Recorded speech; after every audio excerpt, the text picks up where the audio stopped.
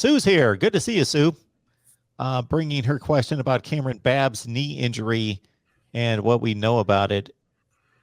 He looked good yesterday in practice, catching balls in warm-ups. So going up and catching the ball in the air and running patterns, and seems to be like he hadn't had any setbacks yet through 6 practices. I don't know how much 11 on 11 full contact he's done.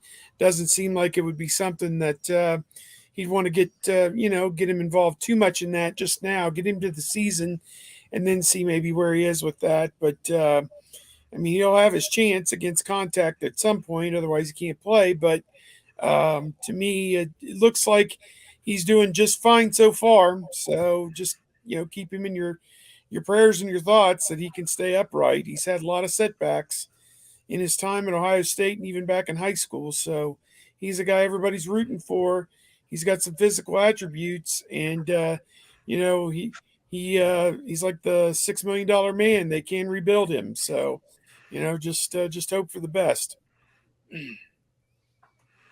Yakov 22's here. And I got to say, if you don't play a skill position in the NFL and you're not Aaron Donald or J.J. Watt, it is in the moment difficult to gauge Hall of Famers. But Cam Hayward is putting together that kind of career. He has been a monster, and he has been a consistent performer, of course, for the Pittsburgh Steelers. But on that note, Yakov, Malcolm Jenkins, he would be the story of the day. He's announced his retirement, and he's another guy. Wow, he won a Super Bowl with the Saints in year number 1. Later, he went to the Eagles, won a Super Bowl. And Tony, Malcolm Jenkins, a pretty stellar career in the NFL after 4 fine seasons with the Buckeyes. Yeah, first I would say regarding Cam Hayward, I definitely an argument there. Last year was a remarkable year for him. He had like 89 tackles and double-digit sacks and tackles for loss. So I think he could eventually get there. Malcolm Jenkins, as you said, you can say the same thing for. He is – I don't know who the 4th member of my Ohio State cornerback Mount Rushmore is, but I know 3 of them are Sean Springs, Antoine Winfield, and Malcolm Jenkins. And if you want to put Chris Gamble or Marshawn Lattimore, Denzel Ward, I think Nate Clements is underrated and gets quite a bit of abuse from Buckeye fans because of 1 or 2 moments. But, Malcolm Jenkins. And I go back to one of the first stories I ever heard about him was at an Ohio State camp where he would do his rep, and then he would come back and cut in line to get another rep as he was trying to earn his offer from Ohio State. So he was cutting in line to go against more guys and to show the coaches what he could do. And that's the mentality that he has taken with him all the way through beyond football into social issues and things like that. And he's always been just a very performed very well in anything he's done, and making the move to safety in the NFL, he succeeded there. But started a few games, maybe 5 games as a true freshman, was like a nickelback, and then started some games, I think, when Tyler Everett got injured, and then, was just in the lineup for the rest of his career at that point. And great tackler, great in coverage, big play guy, team leader. I don't know what else you could have asked for from him. Yeah, I agree. I mean, those are the guys you want to look for in the camps, the guys that want to take reps. We see guys so often that will go through, take a couple reps, maybe lose one, and then just kind of hang out with the guys because they don't want to get exposed anymore.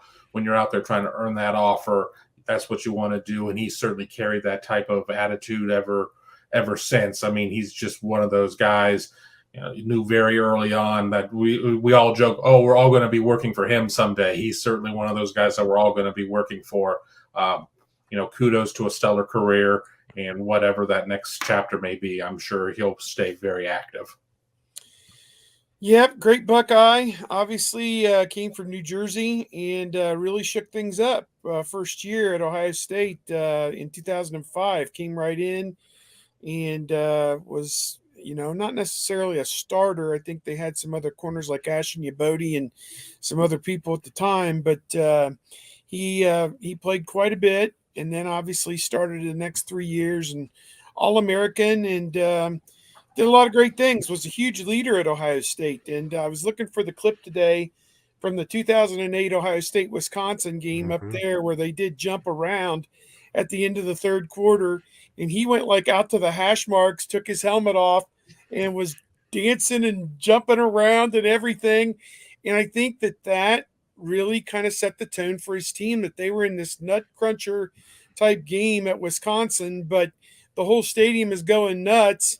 And why can't Ohio State embrace it? And their guys got into it, and they went on, and Terrell Pryor scored a touchdown at the very end of the game. They won that game, and it was a big part of them winning Big Ten that year. So I remember that moment. I mean, he was dancing and laughing and having a great time, and just kind of said, hey, this is a moment for all of us college kids to enjoy, as opposed to, standing there, are we going to go cover 2 or cover 3 on this play, against Wisconsin, who couldn't throw it in the ocean even if they tried. And, kind of took all of the hypertension out of the moment for his team, and said, hey, it's just football. Let's go play football and beat these guys. And had a big smile on his face, and his team pulled out the big win. Yeah, I just tweeted video of that like an hour ago. Found his career highlights at OSU on YouTube, and at like the 44-second mark is a clip of the jump around where he's just, he's going crazy. And to me, that's the first time I ever saw the opponents do that. And now it's kind of become, I don't know, not necessarily the norm, but you see it more and more from other teams where they also embrace it and have some fun. So yeah, always a trendsetter, Malcolm Jenkins.